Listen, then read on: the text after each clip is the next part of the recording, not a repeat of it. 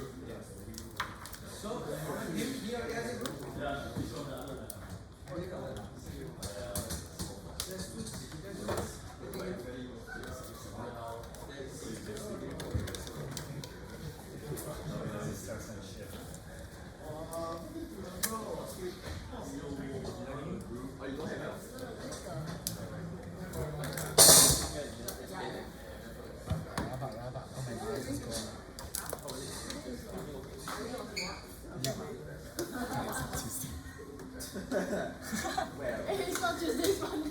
Yeah, it is. Dude, you know, before I came here, right, I thought it was Tuesday as well.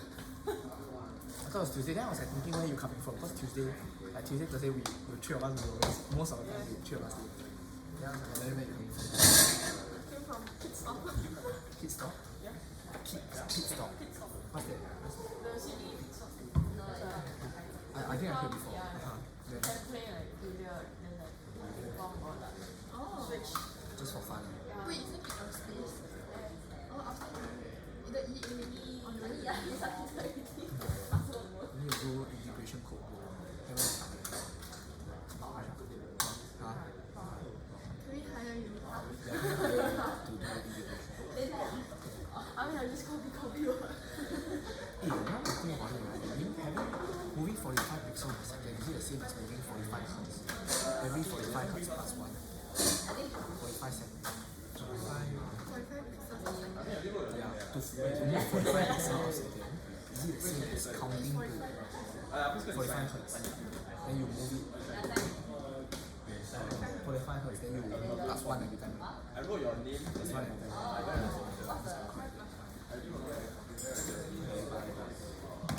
So it's a cute eye.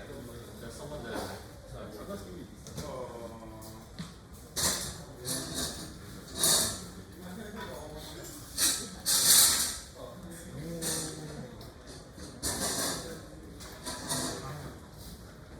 Reset, right?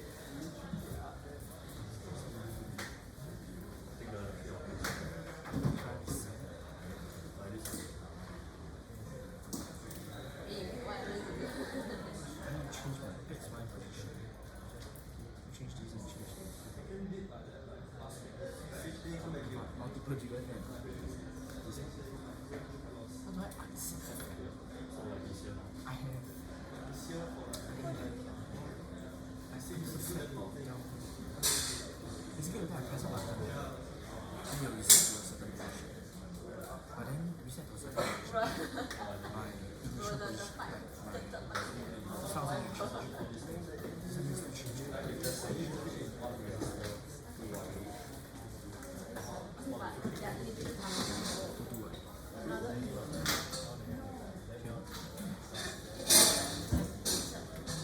Okay, so you reset flag, then you can do this, right? But then, how to unreset? How to unflag? If not reset, then set. Wait, that one is a loop. Never mind. That one is a loop. Yes, yeah. Reset flag. Use a position. No, Oh, I know. I just put it to be 0 everywhere else. Every other time. Horrible code. art of hard coding. Actually, it is an Everything art. you hard code. Yeah, it is an art.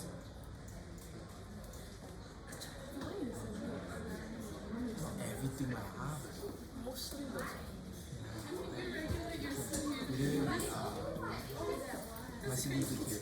today I'm going to see any of you. Then got my IPP.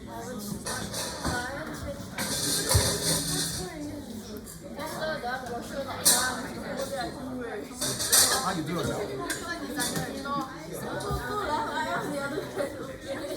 Oh, this morning I did this with my friend. Not bad, right? Because I am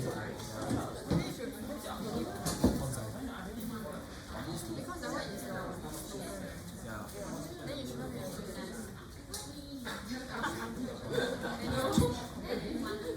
So this should be smaller than all of these here. I will take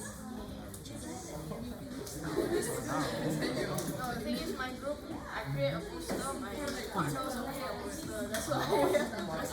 Why? Why not, lor? So now brochure he hasn't done, so. Wait, why you do two? He did it like last week. Okay. So he finished his stuff.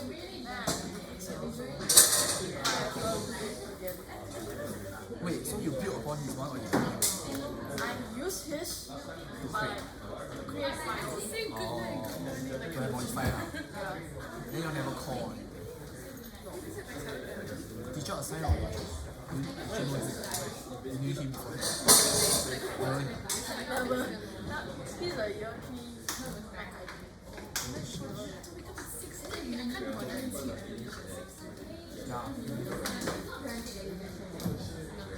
Yeah.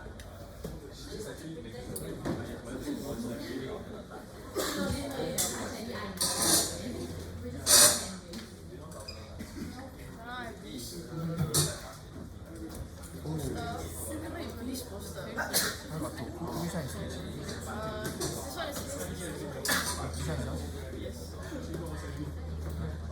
This is yours. yeah, the other one is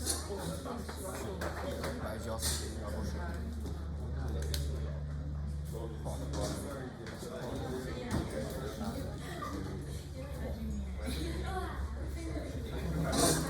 because this was his artifact for CA1. Where is this? Is this one is like come from here then come down? Yeah. Oh, right. Nice.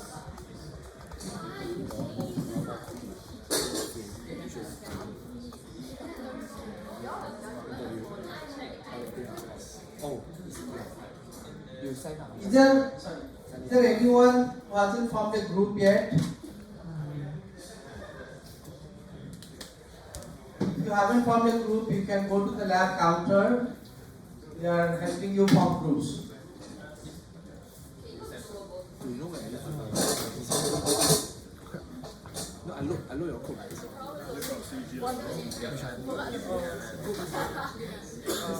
No, dude, same.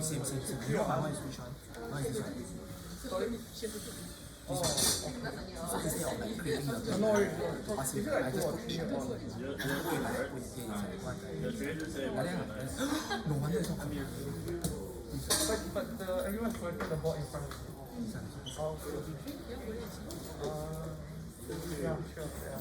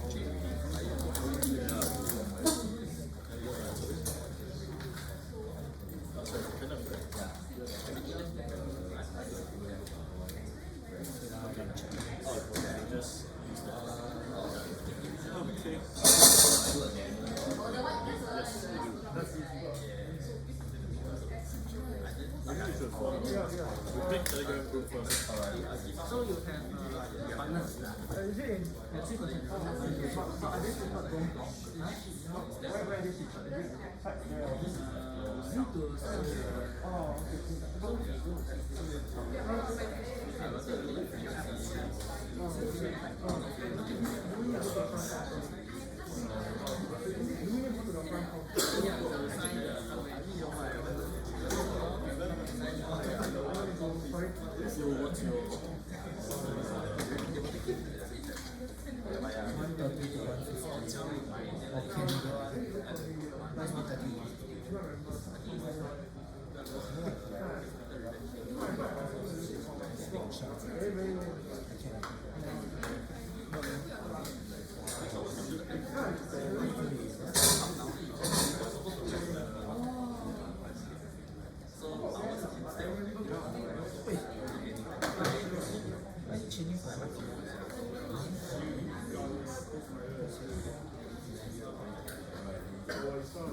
I need to send yours, right?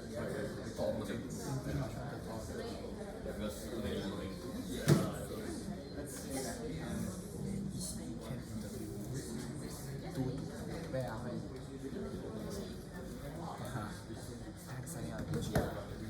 You want enjoy? Yeah, join. 跟着我，跟着我。 Just don't go everything else until like sure. What? Apparently can. They can't do anything. That's all.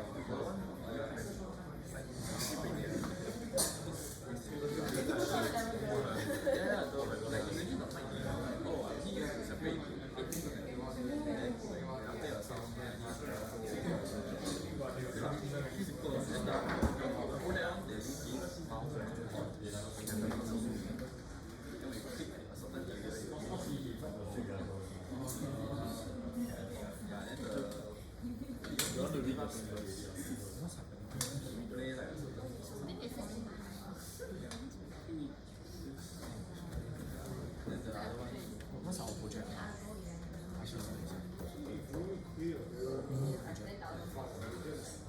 Have you seen the video?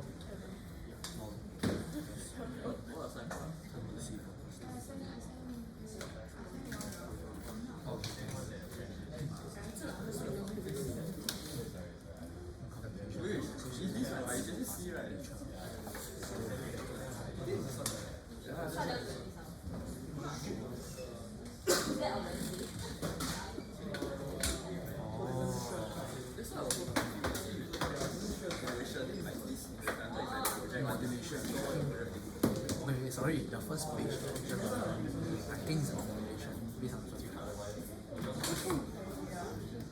It's like cause everything. Oh yeah, we have no. We like this. We are creating the radio tower. Oh wow.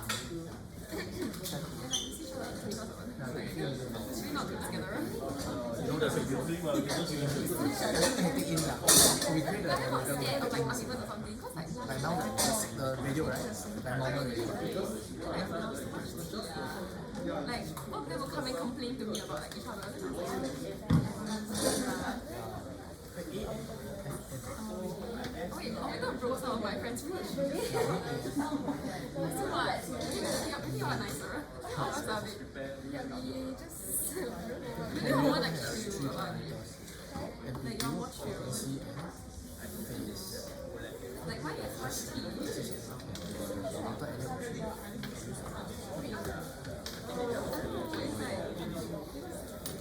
I think there was like no communication, then everyone was like doing their own thing, then then you host.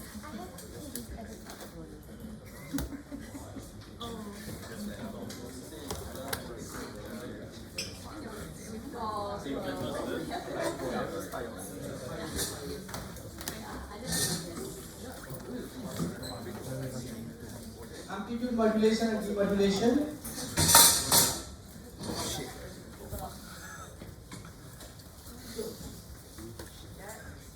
So the different files for the project are in Canvas. You you can actually open the canvas mini project folder, and what you see is the project manual, some data sheets for the components you'll be using, and there is a folder for software which will give you the software you need for observing various signals. And also there is link to some videos which tells you how to use this analog discovery 2 or 82 device that you'll be using in this project. So you can go through that after my briefing is done. Not now. Huh? Okay, so the project will be done over 3 lab sessions. So more or less the guideline for the activities are given here. First we will design the modulator, demodulator. Then we will also implement the modulator and envelope detector. I'll explain what these are. Then make some observations and signals in both time domain and frequency domain.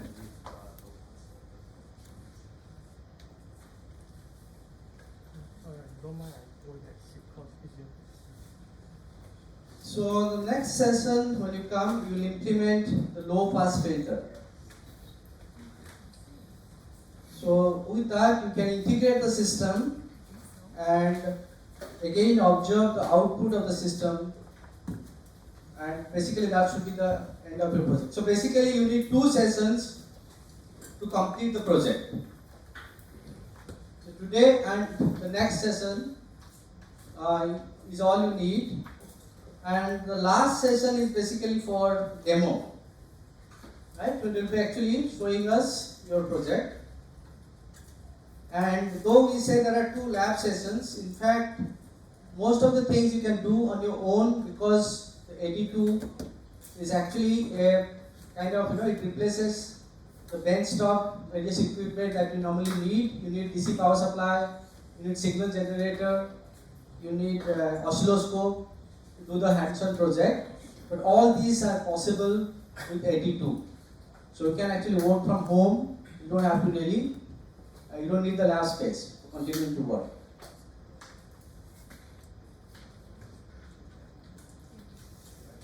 Now the basic idea of the project is given here. So normally amplitude modulation, demodulation is used in communication systems. So you have a message signal, you call M of T. This is the message. You want to send it across over some kind of channel like wireless or something. So first thing you do is you do a modulation with a carrier.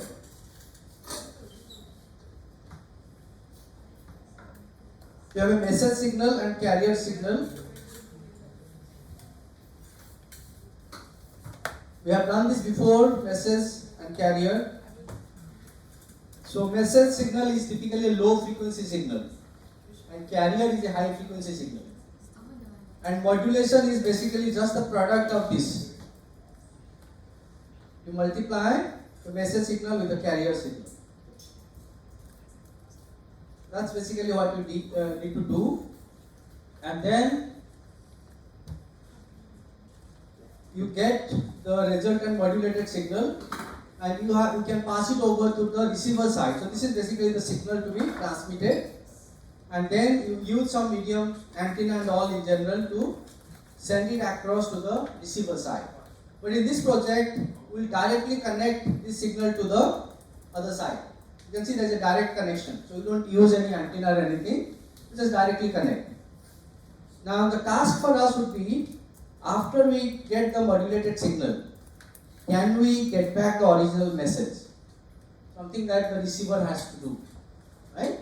So can we recover the message from the modulated signal, right? So we'll see, you'll understand the process of demodulation, so to speak. Opposite of modulation is to take the modulated signal and do 2 steps. First step is what is called envelope detector, and the second step is low pass filtering. we'll understand why we need this, and then at the output we should get back a message signal or something close to that. Right? So the objective of this project is you really understand these operations, right? In mathematics, you know, I mean, in the theory, you already know when you multiply two sinusoids, what do you get? What happens in frequency domain? We did that before in software lab also. So what happens when you multiply two sinusoids of different frequencies? One low frequency, one high frequency. Right? So we'll understand that, and we'll see the pictures also how it looks, and then we'll see how the message signal can be recovered by doing envelope detector and low pass filter.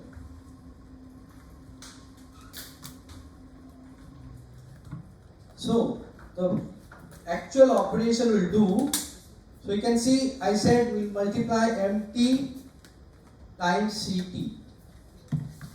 Basically, we do product of message and carrier. But what we'll do here is, instead of taking message signal, we'll add a constant. So basically, this is some modified version of the message in a way, or you can say DC shifted version of the message. Now, if you have a sine wave, it will be equal positive and negative, right?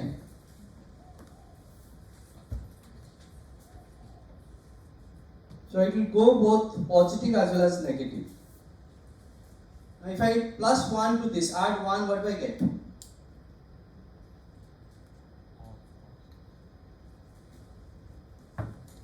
What do I get if I add 1 to any message signal, which is amplitude of 1?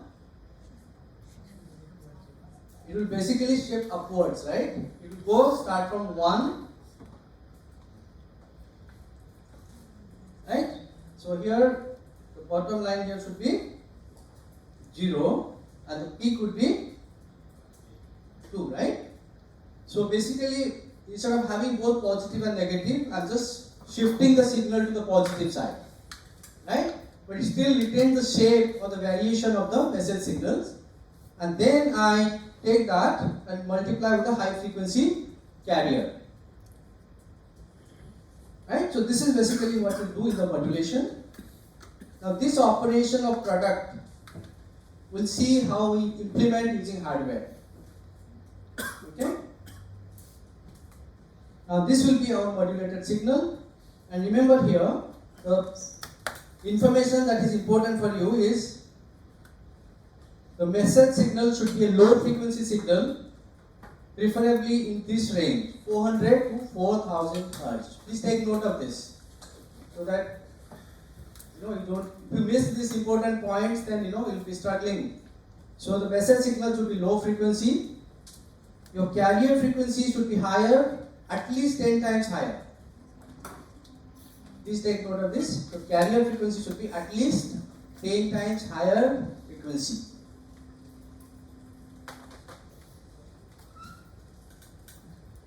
Okay.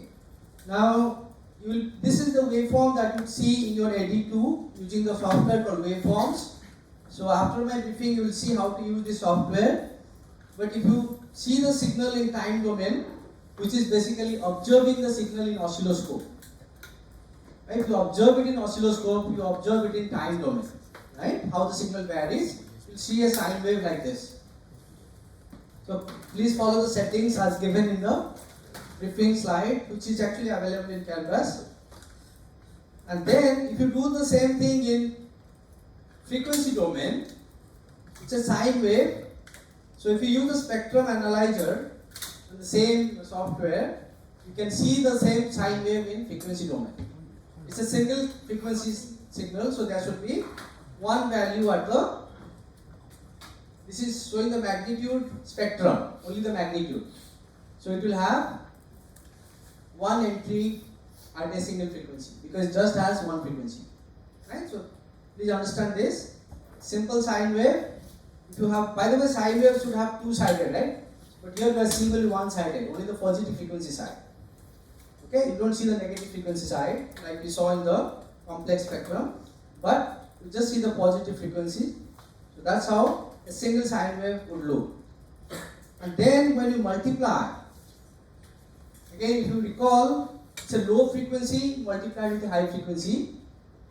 This is something you should remember from a software lab, right? What do you get? The low frequency acts like a varying amplitude to the high frequency signal.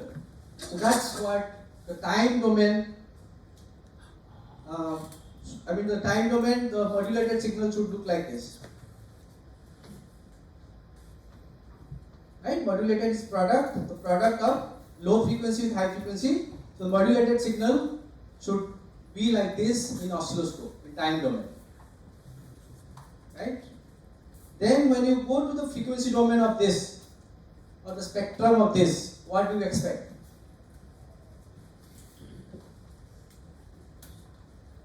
Let's try to understand what when you have something, let's say sine or cosine doesn't matter, 2 times f versus frequency times t multiplied with carrier another amplitude 2 pi carrier frequency t. If you have two frequencies multiplied, what do you get? Let's say this is 400 Hertz, small one, and this is 10 times, which is 4000, or maybe even higher than that, 10,000 Hertz. So what should you get from this product operation? Sin A times sin B, right? Trigonometric identity. So what do you get? Cosine A plus B and A minus B, right? So there should be two frequencies, 10,000 plus 400, 10,000 minus 400. Okay, so because we are doing like this, 1 plus message t, whole thing multiplied with carrier function. So in fact we get carrier plus carrier multiplied with message. So in terms of spectrum, what should you get? The carrier is 10,000. Then this product should get two frequencies, 10,000 minus 400, which is how much? 9,600 Hertz and 10,400 Hertz. So a total of three frequencies should be there in this expression. Correct? So if I do the spectrum of this using the same thing, I should have three frequencies, one at the carrier frequency, one below, one above, right? So these three frequencies, and you can see the spectrum actually looks indeed like that. Right? You can use the spectrum analyzer, put the magnitude spectrum, and you can see there are three frequencies. So this would be your carrier frequency, this would be carrier frequency plus message frequency, and this would be minus message frequency. Correct? So the modulated signals should be indeed having these three frequency components. Okay, I hope you understood from time domain and frequency domain point of view. And then we proceed. Our task is now to recover the message signal from the modulated signal. So what is the modulated signal like? The modulated signal is here, and the message, if you can see, is actually the amplitude part, I mean the peak values. So this in fact is the message signal. So it looks like the carriers, this new waveforms, the peak values are, if you join them together, you will get the message. So that's why we deploy a circuit called peak detector circuit, which just hold on to the peak values more or less, and that is how we recover the message signal from this modulated signal. So for that we'll be using a circuit called peak detector circuit. Now this is peak detector or envelope detector circuit. Now the circuit consists of a diode,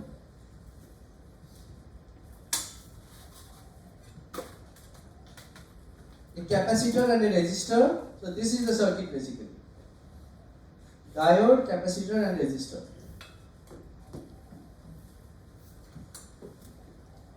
So we are feeding it a modulated signal.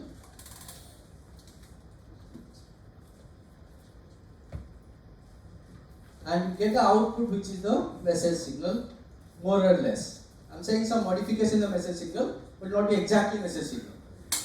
Now, how does this circuit work? You have to remember, the diode conducts only in one direction. That is one thing, diode conducts only in one direction, right? Only in this direction diode conducts. So when the diode is forward biased, it will conduct. When it is reverse biased, it will cut off, right? That's how diode works. And then you have probably worked with RC circuit. How do RC circuit work? A capacitor gets charged. So you'll see that when the diode conducts, the capacitor will be charged through the diode. And when the diode cuts off, the capacitor will get discharged through the resistor. The two things will happen here. Either through the diode, capacitor will charge, or capacitor will discharge to the resistor. So the charging through the capacitor, to the diode is very quick, because diode is almost like a short. So the diode, when diode conducts, the capacitor quickly charges to the voltage you connect. But the RC circuit discharges slowly. There is a concept of time constant. Remember time constant? I think you have done this in EPP 1.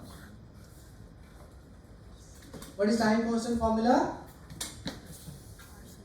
R times C. Means it takes about 5 times the time constant for a capacitor to fully discharge.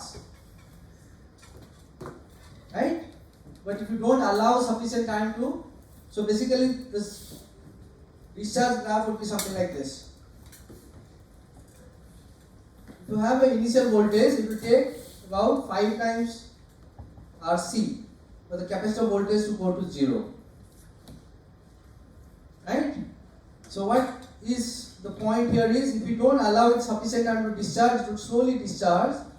But then again, when the diode turns on, it will charge again. So you will see series of graphs like this instead of allowing it to discharge. So I will explain that in more details.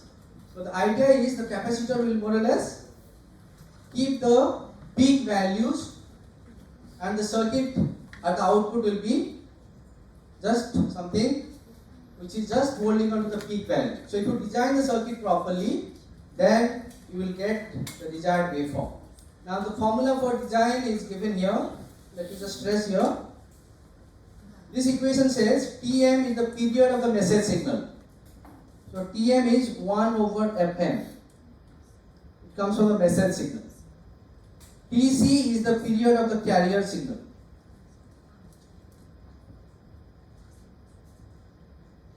So if you can choose your R and C values to satisfy this condition, then you should get a nice graph. So for example, if your carrier message frequency is 400 Hz, your carrier should be at least 10 times, right? Which is at least 4K. Let's say I chose 10K. So your RC should satisfy this condition. Okay, please remember these things. If somebody in your group at least takes note and you check this, then your project can be done in 1 day's session actually. Okay, so this is the envelope detector, and after the signal goes to the envelope detector, we'll have to do what is called low pass filtering.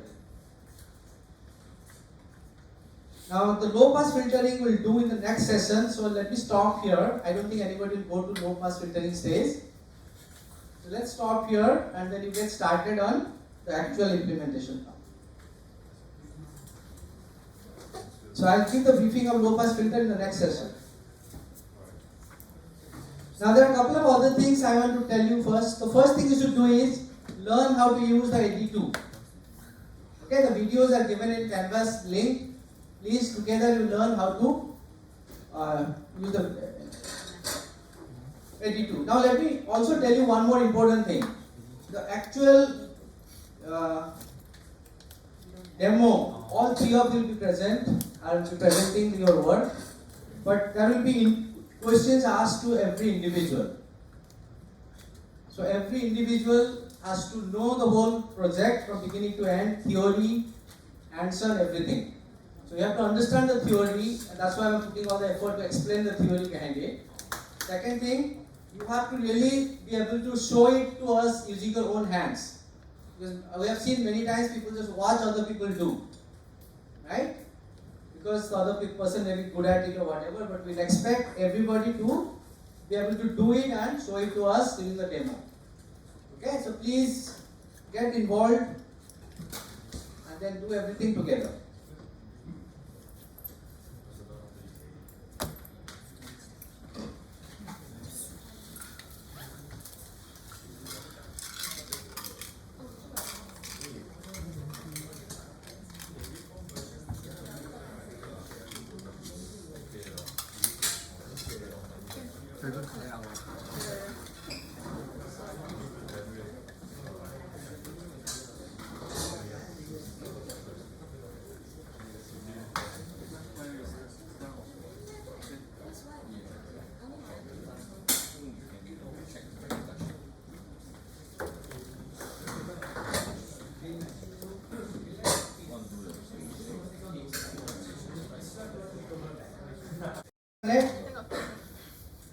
So what you see here is you have x1, y1, sorry, x1, x2, y1, y2.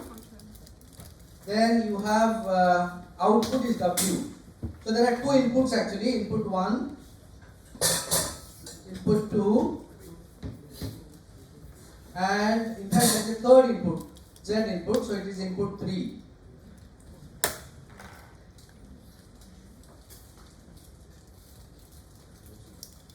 And then you get your output from W. Then you have positive power here and negative power minus 5.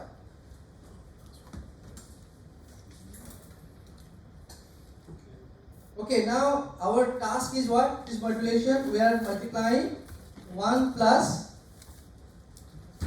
message signal. The whole thing is multiplied with carrier signal. These are sinusoids, so given like this. So if you write this equation, it basically becomes carrier signal plus message multiplied with carrier. So this is what we need to get out of the modulator at the output. And what you see, if you look closely here, this part point here is actually xy plus z. Xy plus z, right? So what I can do is, I can make this as my z input. One of them is x, other way y. Correct? That means I get my carrier, which I get from my AD2. This carrier is fed here. It's also fed to y. By the way, y itself, the signal here, plus minus means it's actually expecting a differential signal. A signal that has both plus and minus. But our AD2 gives a single-ended signal, no plus minus, only a single-ended signal. I'll explain that again. So in that case, we should put y2 to ground. Y2 pin of the AD2 we connect to ground because we get a single-ended signal. And for noise cancellation, we are recommended to put some resistance here. They are coupled, they are tied together. You just put a 100 ohm resistor. So same for the message signal from AD2. You get a message signal.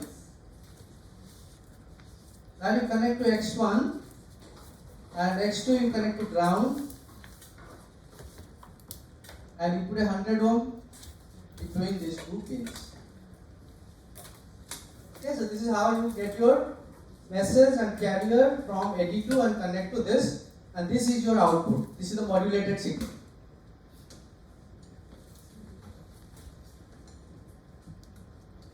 Right, so the pin diagram I have explained here. So I hope you can understand with this information how to connect the AD835 IC. I use brown for brown.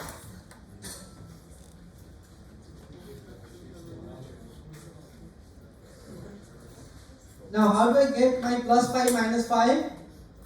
I actually get it from the, okay, let me see if it is here or it's in the manual. Okay, so here if you see in the project manual, which is explained here, so this is the diagram of how to connect your AD2. So this is basically connecting to your USB, through USB to the computer. The other end you get all the signals which are explained here. So what signals do you get? You get the first one here, pin 1 plus, it is called scope channel 1 positive, and you have scope channel 1 negative. So basically your channel 1 of the oscilloscope, positive channel 1, you have positive and negative, right? So these two pins basically serve as one oscilloscope channel 1 positive and negative. Similarly, pin 2 plus 2 minus are second channels positive and negative. So the first two are basically your oscilloscope, which you need if you want to probe any signal in the breadboard. You need this oscilloscope if you want to probe any signal on the breadboard for debugging purpose. Okay? Then the ground, we need ground, so ground is here. It's color coded actually, you can see. So the ground is there. Then B plus B minus, if you want positive 5, negative 5, you have to program it. You have to set it and then set it to 5 volt, minus 5 volt, and you can actually get those values from these pins. Then your waveform generator 1, waveform generator 2. That means we can actually get two sine waves from the AD2. So you can use one of them as message. The second one you can use as carrier. So you can set this amplitude, frequency you can set inside. Then when you run the program, it will give you these sine waves. What else do you need? I think for now you only need this much signal. So this is how you should connect. And how to connect these wires to the breadboard, you can see that. You can actually build your circuit and connect the AD2 wires to the breadboard. Okay. The other thing is, there will be marks for how clean or how easy to debug your circuit on breadboard is. So many people sometimes, they rush, they waste time, and then towards the end they rush, and they somehow wants to get something out of it. And any hands-on project, whenever you are in that state, it takes you longer than usual, right? So please do not rush. If you have enough time, like I said, if you understand what you are doing and you do step by step, you will get it to work. One more piece of advice. Because the circuit is not soldered, there will be many loose connections. And whenever you work with high frequency signals, if there is loose connection, it will really give you a big headache. Because sometimes it will work, sometimes it doesn't work. So those kind of intermittent problems are very difficult to troubleshoot. And it can get on your nerves, and then you get mad. Please avoid rushing, do step by step, be sure what you are doing, understand how it works, and then it will definitely work. Have the confidence. Okay? So please be patient and do a clean, nice circuit, and do everything with understanding. One last thing I want to tell you here before we proceed implementing is about some extra things you need to do to make your circuit stable. Now that's about, remember we need plus 5 volt and minus 5 volt for our circuit. This plus 5 volt, minus 5 volt and ground, these three are coming from AD2. just now I explained that your AD2 can give you +5, -5 and ground. But when you connect it on the breadboard, please remember this. You have to strengthen the supply by putting extra capacitors. The supply that is given by AD2 will not be very stable. You have to stabilize it by or reinforce it by putting extra capacitors. And if you remember, capacitors actually keep the voltage steady. So you can actually connect a pair of capacitors here, one large capacitor and in parallel with a small capacitor. The large capacitor is the electrolytic polarized capacitor which has positive and negative polarity, so you have to be careful about the polarity of the capacitor. And then a small capacitor which is non-polarized ceramic capacitor, that also you should connect. So all you have to do is on the breadboard, when you connect in the breadboard, you just put these extra two capacitors and then you give it to the circuit. So many of you will get everything to work even without capacitor, but to make sure that it works steadily, consistently, please strengthen the supply using capacitors, right? So here there is two sets you have to do. Because +5 to grounds, you have to repeat the same thing between ground and negative. You see I am following the same polarity, then you connect the negative 5 volt also. Okay, so please take note of this and you can actually prepare this power rail, right, and then connect it, which is actually given the how to use in the, if I have not used breadboard, this is how you will use the breadboard. So you have putting the IC in the center, and if you know this is how internally the holes are connected. And normally the top and bottom red and blue lines are used for power supply. You can create a rail of +5 ground and -5, and that's pretty much all. The circuit is actually given here also. And to count your pin number, you have to look for this notch on the IC, and this is your pin number 1, right? If you put it to the left, then this is pin number 1. You're counting goes anti-clockwise like that. So this is how you identify the pins, and I think you can now proceed to implement the circuit. So for the wires, right? If you want it to split, like, so for now, the wire, do first, you work after that, you stop it. Because it's got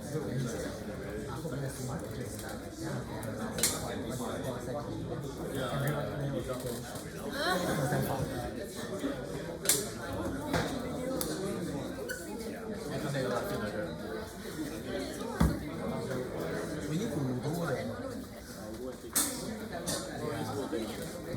You do the modeling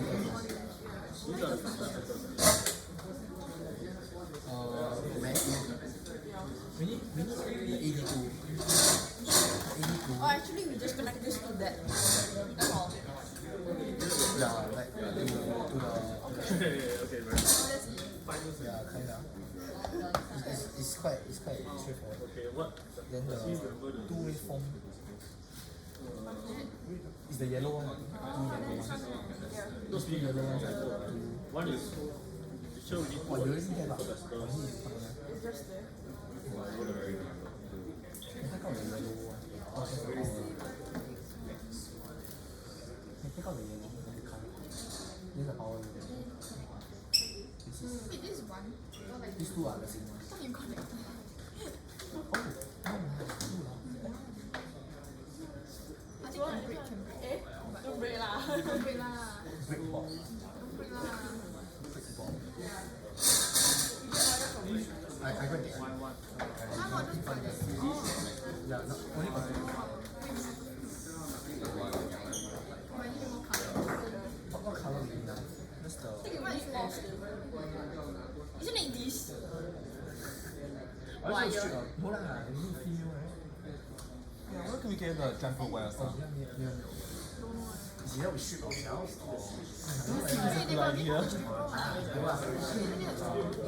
it is our Oh yeah, that one. This is why that's why we need to. Wait, why did they ask us connect? Why X1?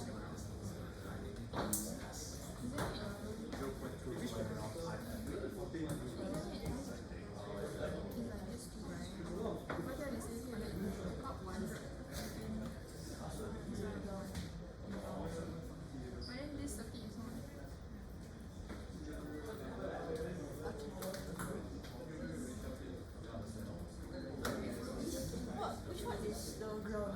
I just decided which one. I know we still connect the ground from here. Then this whole line will be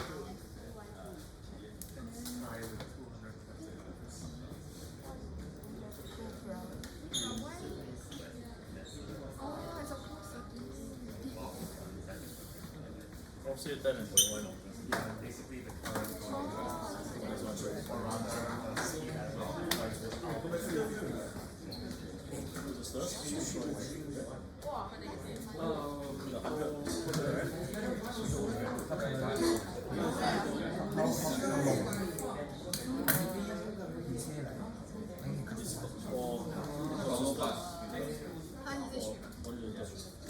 Because you want it, you just explain. You want it, this one. single core. It's a single core. Yeah, it's a single. Bro, How? Single?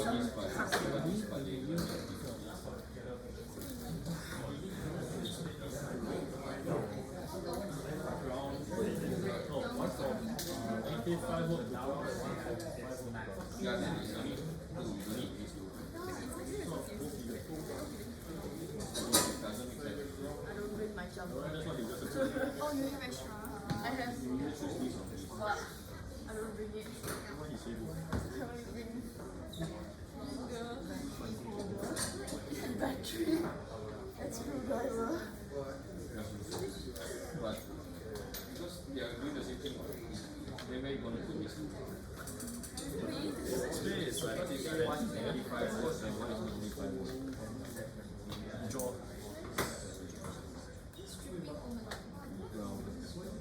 Just put both, just put both.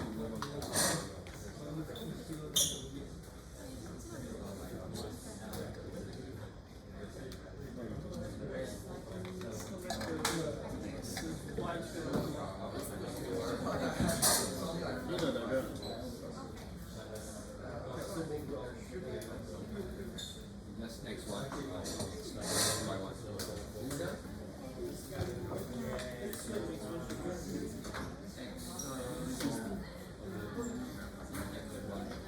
No, it's X1 to Y1. Yeah, X1, X2 should be like this. Yeah, sure. Can I get a show of hands? How many have already seen this?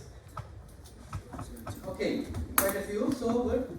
Now this signal, like I said, is supposed to detect the envelope, which is somewhat similar to the message signal that we modulated in the first place. So that's the idea.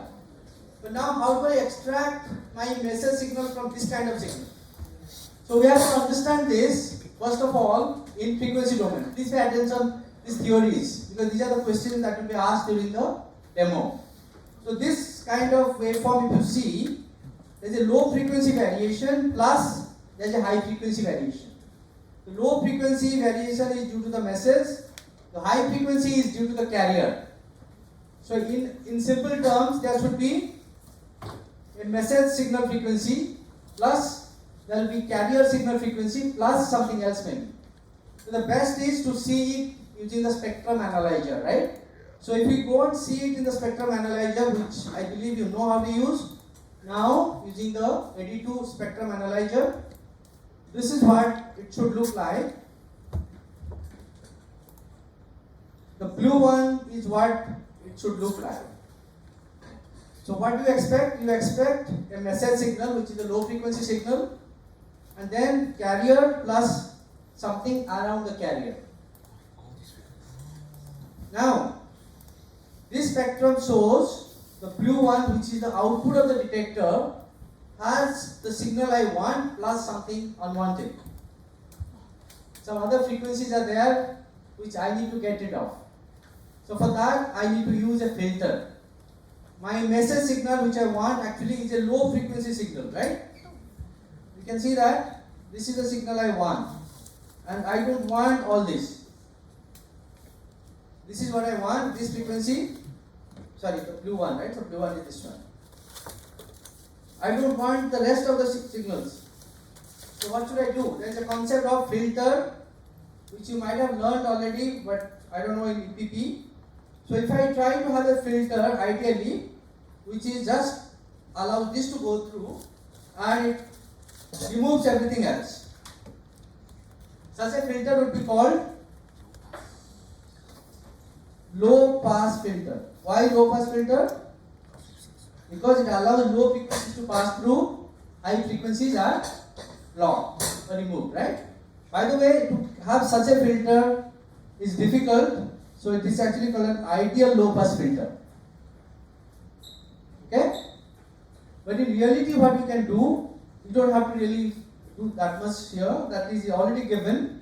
How to implement a filter, which is already given to you in this manual, that you can build a somewhat practical filter which would be not exactly ideal but something like this. So what is the difference between ideal and practical? I draw. Ideal can be rectangular shape. Suddenly allow some frequency to go through and totally block some frequencies.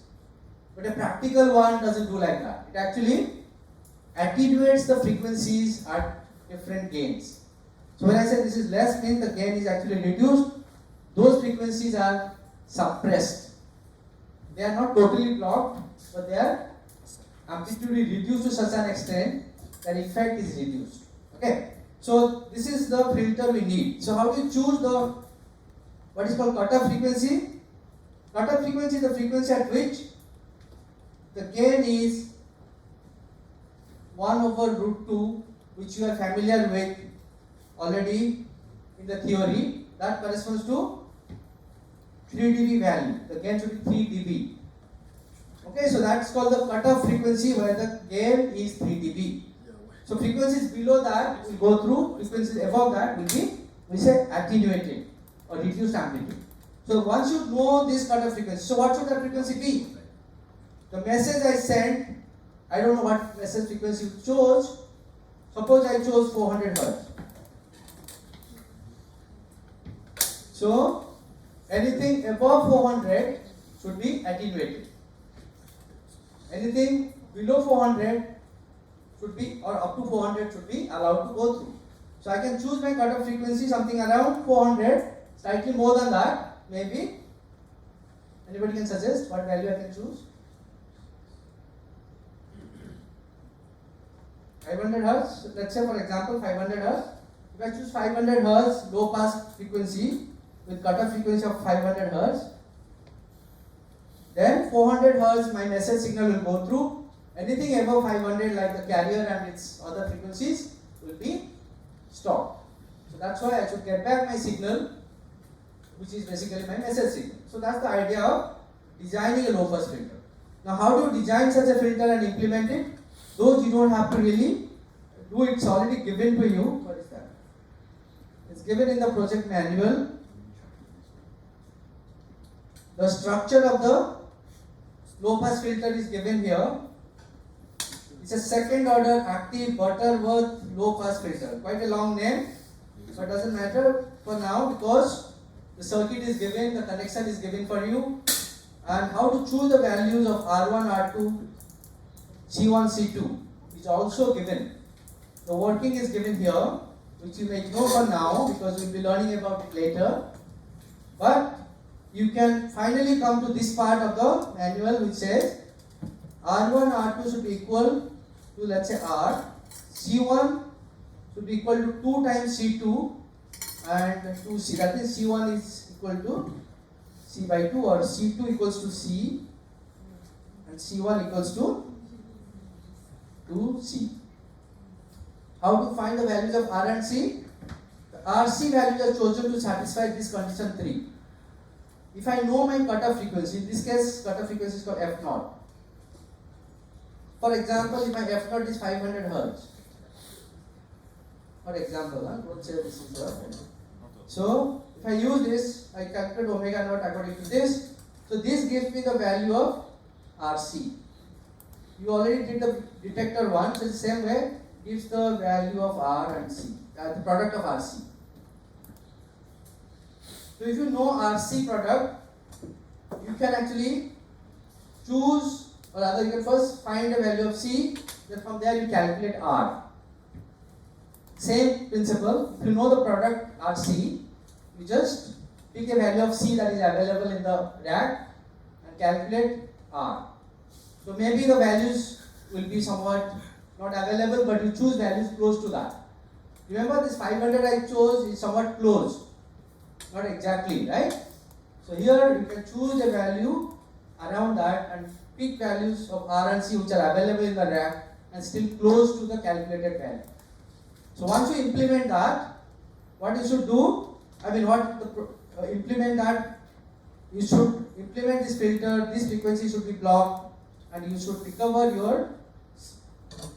your message from this waveform that we saw just now. From this waveform, you pass it to the low pass filter, and then you can recover your message signal.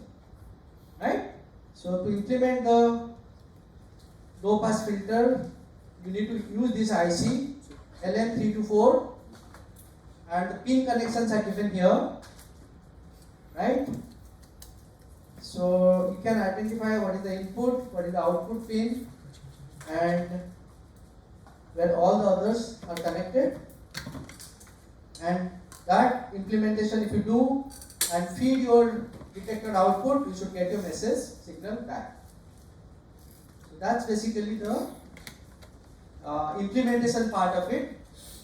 But then there is one more thing you need to do, because this is a filter design. You need to actually characterize the filter using what is called Bode diagram. You are going to cover that in the theory later, and also you are going to come back to the lab 2 weeks from now. So by then I guess the theory should have been over. But that is basically how you characterize the filter and find out its Bode diagram or the gain versus frequency plot, and then verify that indeed you can recover your message. Right, so the filter design is basically expected to be done in the next session. But anybody who has completed it, of course, is in good shape. Okay, so filter design steps I more or less explained. I'll do that again in the next session.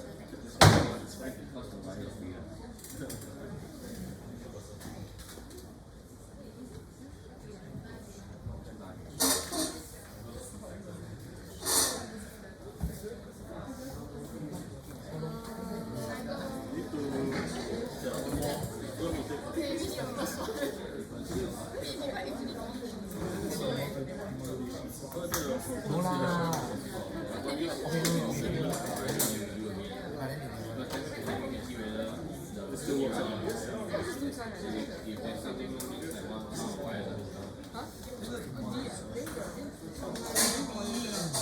Yeah, I was like, I'm also why I didn't